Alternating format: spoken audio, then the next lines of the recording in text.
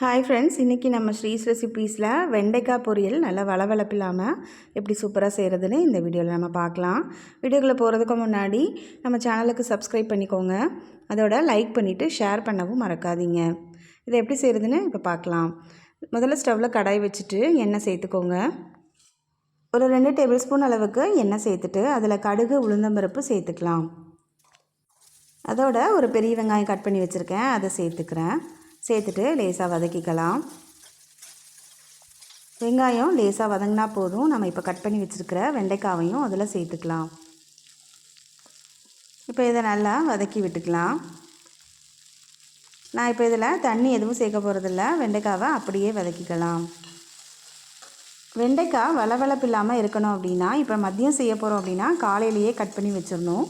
அப்படி வச்சுட்டோம் அப்படின்னா வெண்டைக்காய் நல்லா வளவளப்பு இல்லாமல் வரும்.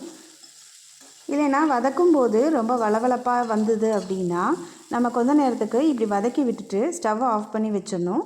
அதுக்கப்புறமா நம்ம கொஞ்சம் நேரம் கழித்து வதக்கணும் அப்படின்னா வெண்டைக்காய் வளவளப்பு கொஞ்சம் அடங்கிடும்.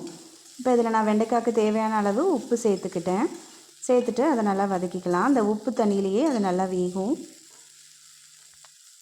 இப்போ வெண்டைக்காயில் சேர்க்குறதுக்காக நம்ம என்னென்ன அரைக்கலாம்னு பார்த்துடலாம்.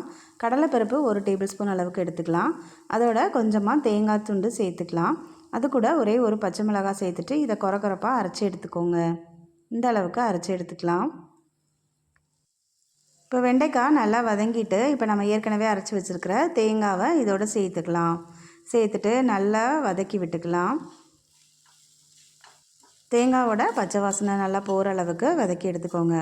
கடலைப்பருப்பு இதெல்லாம் சேர்த்துருக்கிறதுனால சுவை நல்லாயிருக்கும். கண்டிப்பாக இந்த வெண்டைக்காய் பொரியல் கொஞ்சம் வித்தியாசமான சுவையில் தான் இருக்கும். இந்த வீடியோ உங்களுக்கு பிடிச்சிருந்தது அப்படின்னா நம்ம சேனலுக்கு லைக் பண்ணிவிட்டு சப்ஸ்கிரைப் பண்ணிக்கோங்க.